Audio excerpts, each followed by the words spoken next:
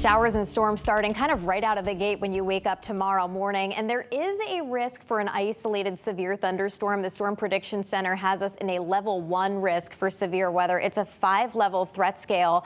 If we do end up getting severe weather, damaging winds would be the #1 risk, and we're also watching a low chance for a tornado. The Storm Prediction Center has us in the 2% risk. Most of the time when we're in that category, a tornado doesn't happen, but sometimes it does. So it just bears watching. We'll be keeping an eye on the radar closely through the day tomorrow. And again, this will be off and on.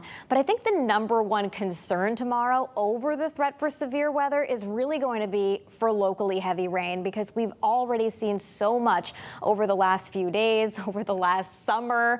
And so we don't need any more. The ground is saturated, and it might not take much to push things over the edge. Lows tonight in the 60s to right around 70 degrees. There is a slight chance for an isolated shower overnight, but a bigger concern during the day tomorrow. High temperatures will be in the low to mid 70s. Not too warm tomorrow, but certainly very humid, and it's that tropical humidity that kind of helps drive these showers and storms. So this is it, 9 o'clock in the morning, already seeing some activity out there. And again, we'll be watching the radar really closely at each one of these thunderstorms that develop. And this computer model shows a line that could develop in the morning and early afternoon. As we head towards the evening, things should begin to dwindle. The worst through about 7 o'clock, and after that there might be a lingering isolated shower or thunderstorm, so we'll be keeping you posted on that through the day. But a big payoff after we get through the next round of rain.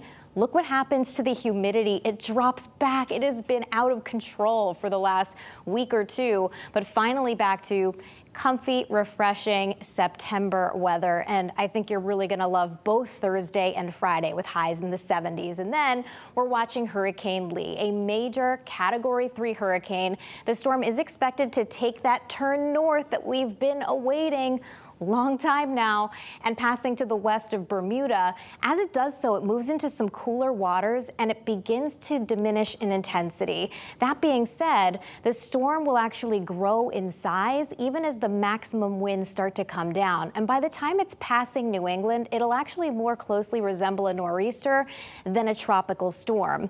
Right now, the consensus takes this storm up into the Bay of Fundy, Nova Scotia, or down East Maine, right down the center.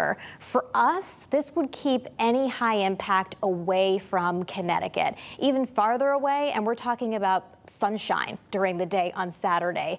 But closer, and that is still possible, would mean more rain, more wind, and a bigger risk for rip currents and surf and coastal flooding, especially for Atlantic-facing beaches. So we're going to be watching this really closely. The National Hurricane Center has a pretty low risk for us getting tropical storm force winds in Connecticut, less than 5%. But it's about a 1 in 3 chance for our friends for Nantucket and Cape Cod. In terms of rainfall, if it takes that track again right down the center that I showed you is pretty much the consensus right now, we would miss out on any heavy rain, and we'll actually get heavier rain during the day tomorrow than we would at any point during the day on Saturday. So maybe just some outer rain bands. That's about it. We'd also not get any extreme flooding here in Connecticut because the wind would be blowing out of the north for most of the storm, and that would actually be pushing the water away from Long Island Sound. So right now we're thinking gusts 25 to 40 miles per hour. Chance for some rain mainly in eastern Connecticut and some minor splashover possible for Long Island Sound. If the trends are farther west or east, we'll need to adjust, but we wanted to give you our latest thoughts closest past Friday night into Saturday, concerning for Maine, concerning for Canada, and also especially for eastern southern New England. And we'll be keeping you posted as we get closer.